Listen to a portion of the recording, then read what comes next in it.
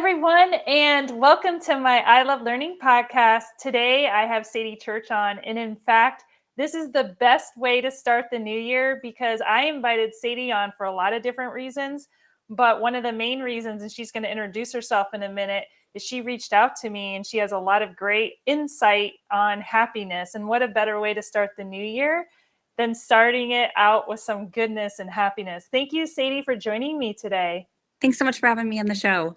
Yeah, absolutely. Sadie, why don't you introduce yourself to everyone that's listening and tell them really what you're passionate about? Okay. Yeah, my name is Sadie Church. I grew up in trucking. My dad was a driver my whole life, spent lots and lots of time over the road with him all growing up. I am currently the president of Recruit, Hire, and Retain. I am a consultant for trucking companies, helping improve their recruiting processes, creating efficiencies, ultimately, hopefully, lowering cost for hire, and just helping companies make a more efficient recruiting process. Oh, I love that you're in trucking. What an awesome special industry to have grown up in. And Sadie also tells me that she was a teacher as well. So she has an education background. So that's awesome. So what do you think? Like you probably have a lot of good insight then in terms of education and learning. What really has inspired you throughout your career for learning and really what you're passionate about? Yeah, so I think a lot of what has inspired me is having an amazing mentor. Oh, I was very fortunate to identify a mentor very early on in my career, mm-hmm. um, and have stayed in very close contact for many, many years. And um, he's taught me a lot about leadership, how to be a good leader. Um, he's shown me that it's okay, it's safe to take risks and try new things. Um, and he's just had a great impact on my life and on my career. And I think him also knowing that he's my mentor, I Oh, hold myself accountable by that. So I'll tell him yeah. my goals and how I'm feeling with things, and then he kind of helps hold me accountable for those things. Yeah. So that has really shaped, where I am today. Wow, I love that. So you had a mentor. So how did you find your mentor? Was it just somebody that you knew or did you seek this out? So he actually was a previous boss of mine many years Oh. ago, Mhm. and best boss I've ever had, and Aw. truly the greatest leader I've ever seen. Uh-huh. And so I had some other opportunities and left, but we always stayed in contact, and I always Mhm. trusted and respected his opinion so much, Mhm. that I let him know, like, hey, I would like for you to be my mentor and stay in contact, and I value your opinion, and would you mind helping guide me through my career? Oh, I So like that. And so you asked for it too. It's like you had someone in your life and you asked for that. That's a yeah, really great idea. well, thank you. Yeah. What do you think is the most powerful learning experience you've ever had? I mean, gosh, you've done so much and so many things. I'm sure there's lots of examples. Yeah, so it kind of ties back into my mentor, which got us on this whole road here where we are today and why you and I are talking. Yeah. I was calling my mentor. I was driving home from work, and we all just have those bad days, right? And Yeah. I'm kind of telling him like what's going on and where I'm at, and I'm feeling, this is how I'm feeling. And I made the comment of, maybe I'd be happier if X. And Oh. he immediately stopped me and he said, have you ever read the Happiness Advantage by Harvard? He's a Harvard scientist, by Sean Aker, Mhm. or seen his TED talk on happiness and success. I told him that I had not, and he said, okay, just stop. When you get home, watch the TED talk, Mhm. and order this book. So I got home a short time later. I immediately watched the TED talk, and in the TED talk really spoke to me. In the TED talk, Sean Aker explains. Again, he's a Harvard scientist. There's years and years of studies based on this. He explains how happiness comes before success and not the other way around. So Absolutely. if you're constantly chasing success looking for happiness, you're never going to find it. But if you can find happiness, that will help you find success. I Mhm. got the book, read the book, loved the book. Not long after I started journaling in the happiness journal, which led me down a whole other wormhole, which led me to the 6 weeks Harvard course on managing happiness. Uh-huh. And that's, kind of what got me here today on this journey of exploring the science of happiness, how we can retrain our brains, the impact that it has not only on our personal lives, but a very big direct impact on our professional lives, Mhm. and just all the micro lessons that has taught me along the way about being more in the present, instead of focusing on the long-term goals and the life goals that we want to have. How do we celebrate the life's little moments along the path to maintain that happiness, to keep the momentum to achieve those things? Yeah, wow, that is an awesome, awesome story. So I know Sadie reached out to me and shared the course. What I'll do is I'll share the actual TED Talk afterwards so people can watch it and kind of get an idea kind of what you're talking about. So what was there a moment in this journey that something like really changed your thinking or set you on the context of where you are today on your path? Was there Yeah, something monumental? Yeah. there was nothing monumental. It was Okay. just a series of events that Uh-huh. it really gets you thinking about where are you in your life when you're happy, right? Oh, So mhm. where are you in your life when you're happy? So really think that through. It's probably not going to be celebrating those big successes. It's going to be the little things along the way that led you to that big success.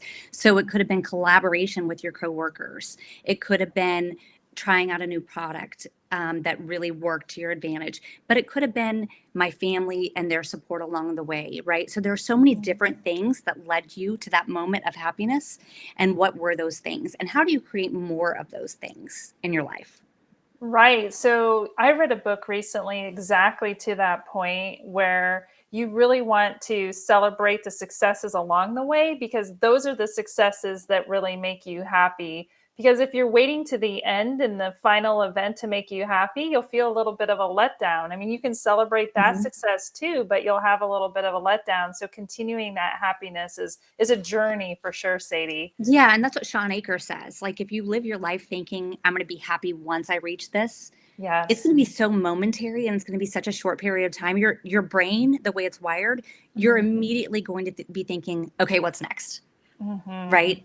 So, Mhm. how do we live in the moment and celebrate the moments along the way to help us continue to create success? Absolutely, absolutely. Yes, I live by that. It's one of my passions in life. And one of the things I've been studying for many years, Sadie, is authenticity. And I think a lot of what you're speaking to speaks to the way I view authenticity. But if you think about the word authenticity and being authentic and what that looks like for you when you're creating learning or this journey that you're on, how would you describe it? Or really what does authenticity mean to you? I think it's just I think it's challenging yourself, Mhm. and it's part of it's putting yourself first. I think we get so caught up in the day to day and our careers and raising children or being a spouse, and I think it's challenge like really boiling down to who you are as a human, as a person, as an individual, um, and stepping out of your comfort zone. Um, and it could be like learning something more about something you love, but it could also be pushing yourself outside of your comfort zone and learning a new skill or a new trade. It was never on my radar to dive headfirst into positive psychology. It just Uh-huh. wasn't. But I'm so glad Yeah. I did, right? Like I had been so focused on the marketing side of things or the recruiting tool side of things, Mhm. but it was stepping out of that track that I thought I needed to be on into Mhm. something new. And then Mhm. once I was there, really self-reflecting. Mhm. Yeah, and I think it's really important as Sadie talks about, having challenges. You don't have to do this alone. Was your mentor at all kind of involved in kind of this transition or it sounds like they were involved in a lot of different ways in your life, but you talk about challenges. Sometimes that can be scary or kind of Mhm. intimidating, right? Mhm. Yeah, no, he was definitely with me every step of the way. I would send him little messages like, "Hey, this really spoke to me, and this is really great. Have you thought about implementing this in your business and with your leaders?" And yeah, I mean, we bounced ideas back and forth off of one another because I do think at the end of the day, there's so many fundamental tools for Mhm. how we can lead our teams, how to make them happier in their roles. And one thing that there's an MIT study, and I'll have to send it to you, But there's an MIT study that basically there's an entire 30-year study on how much more productive happy workers Yes. are. So they're Yeah. more productive. Their sales teams are more efficient. They are more likely to stay in their role. They're less likely to call in and have sick days. So their happiness impacts all facets of our life. So not only your personal life, but your professional life, and ultimately how successful you can be in your career. Absolutely. I mean, if you happiness and how you feel, you bring everything with you to work and your whole environment. And just like if you go to work and you're not happy, you bring that back home. And so it's important to really marriage kind of what you're doing in your life and at work and really help you move that forward. I love that idea. Yeah, and when we think about like the coworkers who are hard to get along with, or the toxic employees, right? Mhm. If they were happy, or if they could strengthen the left side of their brain, and control those negative emotions, how Mhm. much more harmonious could a work environment be? Absolutely, absolutely. We would all be a lot happy. We would all be happy together. That's I think awesome. everyone can think of at least one toxic employee they've worked with over the years. Oh, Hopefully, yeah, just one. just hopefully one. Yeah. Absolutely. Yeah. So I think, speaking of that person, a lot of times what I tell my team is if there's somebody like that, they're struggling. That Hmm. person's struggling. I mean, Hmm. they're going through something in their life and it has nothing to do with you necessarily, but they're struggling. And so, how do you help that person overcome a challenge, or maybe there's a learning hurdle, or maybe in your own life maybe were that toxic employee, or maybe you didn't feel very good. How do you overcome those thinking patterns to make something better for yourself, or how would you recommend to that person to do that? Yeah, I think it's really important that we humanize one another. Hmm. We don't just have Linda in accounting. We have Linda in accounting who has two dogs whose goal is to retire on a farm, right? And it's to ask questions. Are you okay? How are you? How, like, we don't have to be friends with the people we work with, but we do have to humanize them, because I think it's much easier for us to be kind to one another when we treat one another as humans, as opposed to when you're just another person in another department. Exactly. Definitely. I really believe that. And I also think too, Sadie, when we ask somebody, how are you doing? The person asking it really has to listen and really mean Hmm. it. You Yeah. really have to really mean how are you doing and really Hmm. care and feel that. It's one thing because when somebody asks you, how are you doing, if they really mean that, or they're just asking it to fill the space. So definitely this idea of humanization is critical. It's And critical to it's happiness. okay to ask, are you okay? Yeah. When Yeah. someone's responding badly, are you okay? I love doing that. I actually like doing that with our neighbors, and just asking people in general because, we talked about this before we got on the podcast, but the Surgeon General study, I've been talking about this in my podcast, the past couple times about adults being lonely. Like 1 in 4 adults over 18, they're Hmm. saying are lonely. And Hmm. so if you ask someone, how are you doing? And they're struggling, be there to kind of help them overcome those challenges. Is there anything from the happiness class that you took that might help with that, or might help somebody that says, "I no, look, I'm really struggling." Yeah, so there are different things. There are two different thoughts on this, both included in the Harvard study, and also included in the happiness advantage. One is the 7 different steps you can take each day. You don't Mhm. have to do all 7, but different things you can do to retrain your brain. So meditate, find something to look forward to, practice acts of kindness, uh, Oh, get outside, go take a walk, mm. and say hi to your neighbors when you're walking by. Um, Exercise, spend money on experiences, not on Oh, objects, mhm. volunteer. And then the other side of that is the PERMA, which you and I discussed privately when we were on the call. And that is essentially how your relationships and your environment impact your overall happiness. Because not everyone is going to be able to do those 7 things and Mm. instantly just be happier. Because if their PERMA is out of whack, it's going to be harder for them to achieve happiness. So that is your personal relationships. They're the most important part of your happiness. That could be close friendships. That could be a spouse. That could be a close relationship you have with your mentor, right? But it's important to have people who trust and believe in you, people you can trust who will be there for you. Um, it's important that you're proud of yourself. So Mm, it's a really positive thing to say, to reflect at the end of the day, I'm really proud I did X. I'm really proud I did Y. Um, mm, your engagement within your community kind of goes back to volunteering, right? So if you're feeling isolated, I know my husband and I have moved a lot over the past few years.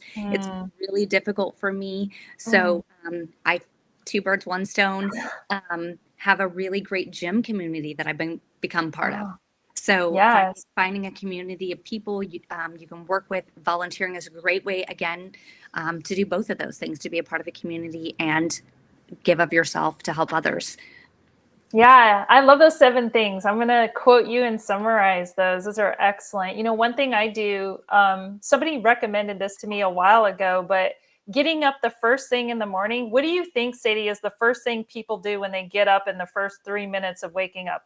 If you work in trucking, it's 10,000% check your phone. That's exactly right. You check your phone, you're looking at the screen, and your brain actually, Apple, they did a research study on the lights and looking at the impact on the brain. And one of the main things is instead of picking up your phone, the first light that you should see is the sunlight. So going outside. A few months ago, it's probably been longer than a few months now. I'd have to check my Strava, but I started getting up early in the morning. And first thing in the morning, I am not a morning person. I'm definitely a dusk person, but I get up now and I run in the morning and I Good for look at the you. sunlight. Yeah, thanks. And it really does Mhm. make a difference. And then there's a lot of brain and there's a lot of scientific evidence, neuroscience evidence of the impacts of sunlight on your thinking and Mhm. on your mind and on your Mhm. mindset. And the first light you should see is not your phone light, Sadie. So Well, I definitely, wake up definitely at three. tell I it. wake up at 3:30. Oh So wow, yeah, okay. so the That's sunlight is that's a long long away. way. Yeah. That is a long ways away for sure. So what would you say?